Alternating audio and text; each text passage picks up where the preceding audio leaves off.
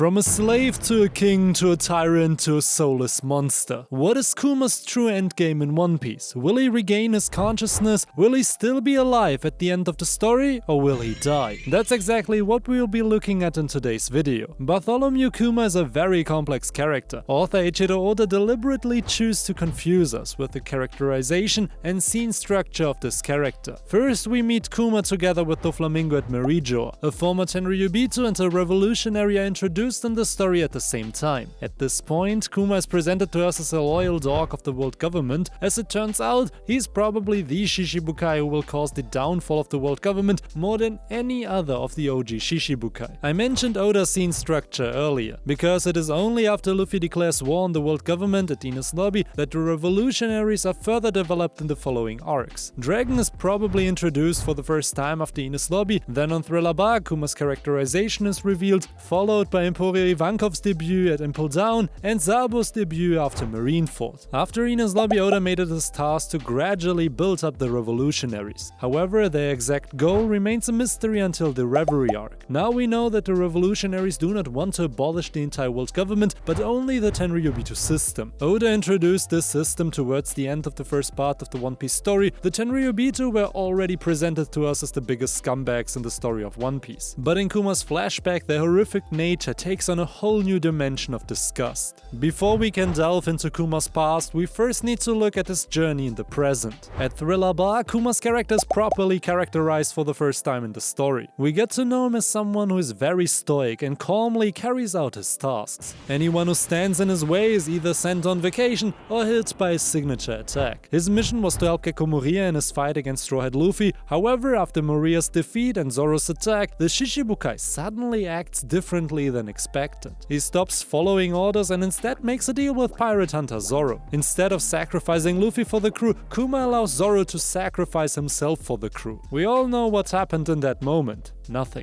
After Kuma leaves Thriller Bark, he speaks to Dragon in his thoughts. He says that Luffy has found very good nakama. This sentence establishes Kuma's first connection to the revolutionaries. In Sabaody, he saves the Straw Hat crew once again. At first glance, it seemed like Kuma was wiping out the Straw Hat crew, but in reality he was their savior and the man who made their 2-year time skip possible. The Straw Hat crew is still grateful to Kuma for this act. However, this rescue was accompanied by a great sacrifice. Kuma was transformed into a mindless machine. Originally, it was believed that Vegapunk made this suggestion, but now speculation points more towards the Gorosei J. Garcia Saturn. At Marineford, he's already a mindless cyborg of the Marines. Even Ivankov was shocked by the condition of his former nakama. But Vegapunk programmed one last command into Kuma. He should protect the Thousand Sunny until a member of the Straw Hat crew returns to Sabaody. This means that Kuma not only saved the Straw Hat crew, but also protected their ship until their return. As mentioned before, the Straw Hat crew is immensely grateful to him. They have not yet repaid this gratitude. However, it is likely that this will happen later in the story. In the Akatar, Kuma's story continues to unfold. We learn more about his past and his relationship with Vegapunk. In chapter 1095, Oda reveals the goal of Bartholomew Kuma. Just like the sun god Nika, Kuma wants to grant freedom to others and relieve them of their suffering. An adult Kuma has shared this goal with his daughter Bonnie. This dream is incredibly noble and fits with Kuma's characterization as a revolutionary. Sabo remembers Kuma as a very kind character. However, in the public narrative, the world government portrays Kuma as a tyrant. In Kuma's past, we will surely learn how he became the king of the Sorbet Kingdom. We now know that Kuma got his devil fruit at God Valley and that he somehow saved 500 people there. Sadly, we didn't see all the events that unfolded at God Valley. Rox and his crew came there to get their treasure back. They probably also wanted to use the Tenryubito or maybe one of the Gorosei as a leverage against the world government. After all, according to Sengoku, Rox wanted to become the king of the world. This will surely play a role on God Valley. Whether Rox is aware of Imu is currently unclear. What is clear, however, is that Kuma escaped from God Valley with Ivankov and Genie. Kuma is back in his homeland, the place where he and his father were betrayed because they belonged to a special race, namely the Buccaneers. This is apparently a hybrid race of a human and a giant. The Buccaneers are larger than normal humans, but not necessarily as big as giants. They possess the blood of giants, which makes them stronger than an ordinary human. Kuma and his father had to carry out difficult tasks as slave for the Tenryubito. According to Saturn, all Buccaneers have been wiped out except for Kuma. It is unclear if Bonnie also possesses Buccaneer blood. If she's Kuma's biological daughter, she should have Buccaneer blood too. In the past, the Buccaneers committed a crime, but it's actually just a crime from the perspective of the world government. We know that the world government does not always have the same perspective as us when it comes to defining something as criminal. For them, the genocide on Ohara is completely legitimate. This crime is certainly connected to the 𝙲𝚘𝚙𝚢 and most likely to Joy Boy and Nika as well. The Buccaneers were probably allies of Joy Boy, aka Nika, just like the Lunarians. The Lunarians were also eradicated at some point. They are the true inhabitants of the Red Line. They are displaced from there at some point in the past. Now the Tenryubito reside on the Red Line in Marijoa. I hope we will learn more about the Buccaneers, their connection to the world government, as well as their connection to the Giants as the story progresses. Hopefully when Kuma finally reaches Egghead to achieve his dreams. Kuma, just like Nika, wants to become a warrior of liberation. But unlike Nika, Kuma does not necessarily need the drums of liberation for that. However, he will probably hear them, because Luffy is also an Egghead. Similar to how Fisher Tiger inherited Nika's will and freed slaves during his rampage at Marijoa, Kuma will be able to change the world forever through a different plan. I believe that Kuma, like Tiger, also aims to end slavery. For Tiger, this was a direct goal through his actions, while for Kuma it will happen indirectly through the wording of his dream. Because if you want to give others freedom and relieve them of their suffering, you don't really want someone else to serve others involuntarily and under bad conditions. I also believe that Kuma will succeed in this task because of his devil fruit. The Nikyo Nikyo no Mi, or the Paw Paw fruit in English, is one of the key fruits in One Piece. Its abilities are important for many aspects of the story. The fruit can manifest certain concepts such as pain and memories. Through this devil fruit, one can experience what has happened to someone else. With this ability, it's also kind of an empathy fruit. At the same time, one can cause enormous damage with the paws and send other characters to different islands. This ability enabled the Straw Hat crew to undergo the time skip. It is even possible that during the 𝙲𝚘𝚙𝚢, the Paw Paw fruit was used to scatter the poneglyphs around the world. This kind of empathy fruit is the perfect fruit for Kuma, because his empathy will change the world of One Piece forever. Others may see him as a tyrant, but in reality he doesn't want to oppress anyone, he just wants to give them freedom. However, Kuma needed help to make this freedom possible. He received this help in the form of a specific scientist. Now let's return to Egghead and Kuma's role in the finale of this arc. In the Egghead arc, we finally get to meet the legendary Dr. Vegapunk. We not only see one version of him, but actually 7. Vegapunk is just like Pain and his 6 paths, except instead of paths, he has his satellites. On Egghead, we also learn more about Bonnie and her relationship with Vegapunk and her father. Vegapunk triggered the transformation of Kuma into a mindless cyborg. This is a major plot point for Bonnie and her arc that she goes through on Egghead. At first, she wants to find out from Vegapunk why he turned her father into a mindless puppet for the world government. But through Kuma's memory paw, she learned the truth. Her hatred is no longer directed at Vegapunk, but at Saturn. It seems that Saturn gave the order for Kuma's transformation, and Vegapunk carried out the order. This transformation into a mindless cyborg has been suspicious since Marineford. It doesn't make sense for a revolutionary to become a mindless puppet for the world government.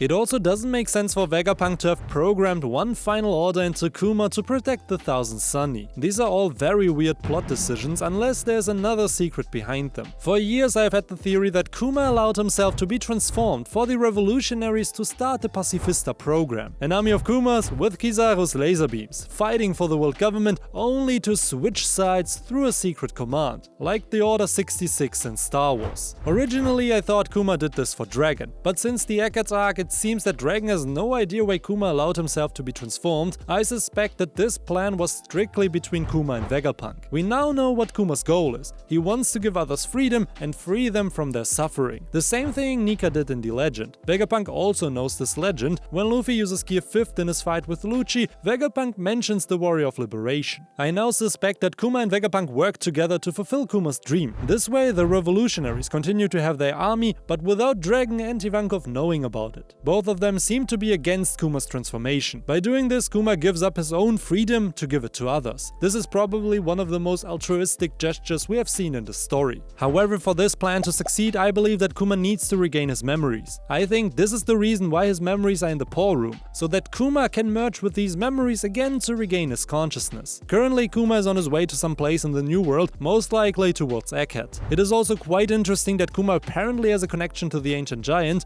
When Luffy tells the Ancient Giant on Egghead to go and move, it is not the Ancient Giant who starts running, but Kuma on Kamabaka Island. Moreover, the Ancient Giant was apparently activated when he heard the drums of liberation. Kuma has danced to these drums together with his father and with Bonnie. So what if this Ancient Giant from the 𝙲𝚘𝚙𝚢 was the inspiration for the Pacifista? What if these Ancient Giants were a symbol of freedom and joy back then? What if these Ancient Giants protected and defended others? I believe that in the end of the story the pacifista will live up to their name. The pacifista are named after the word pacifist, someone who detests violence. Currently the pacifista are being used for many cruel and violent acts in the story. I believe that in the end the pacifista will become a symbol of peace and freedom. All the islands in the world of One Piece that do not belong to the world government will have one or more pacifistas stationed on their island. This would protect them from attacks by pirates or other groups. The pacifistas are so strong that they can defeat pirates at the end of the first half of the Grand Line, as we have seen with the supernovas on Sabaody. We also know that if islands don't pay the Heavenly Tribute, they are not part of the world government and they don't get any protection by the Marines. The pacifista on every island would solve that problem. However, for this to succeed, our heroes somehow need to gain control over the pacifista. That's why Oda introduced the hierarchy structure. At the top are the Gorosei, then the Vegapunks, then Sentomaru, and then the person who has the hierarchy chip. I still believe that there's another hierarchy level above the Gorosei. A few months ago I thought that Dragon was this highest level. Since Dragon doesn't know about Kuma's transformation, he probably isn't. Instead, I believe that Kuma himself holds the highest hierarchy level over the pacifista, but only when he is conscious. Saturn gave the order for Kuma's operation, but Vegapunk and Kuma prepared for it with his memory pore. Even though Kuma became mindless with his operation, he can regain his consciousness through his memory pore. Once this happens, he will have sole control over all the pacifista. Kuma hates war and violence. His image in the form of countless cyborgs will represent exactly that symbol. I believe that in the finale of the Eket art, Kuma will arrive on Eket, merge with his memories, and then take control over the pacifista. This way our heroes would have the upper hand again on Eket. Even the 4 seraphims on the islands would be on their side. The ancient giant is also another wildcard. He will surely help our heroes somehow escape. Kuma will have his reunion with Bonnie, but also with the Straw Hat crew. Luffy will have the opportunity to thank him, and perhaps Kuma will see Luffy in Gear 5th. He will see that the Warrior of Liberation has returned. Whether Kuma will survive in the Eket arc is still uncertain. If this happens, the Gorosei would regain control over the pacifista. It is also possible that once Kuma gets the highest hierarchy level, the pacifista will be freed. They could then follow their own will. We have already seen this with the Hancock Seraphim. It would also somehow not suit Kuma to give orders to others. After all, he wants to be a warrior of liberation and spread joy and freedom. What is your opinion on this theory? Let me know in the comments. And if you liked this video, why not watch this video next?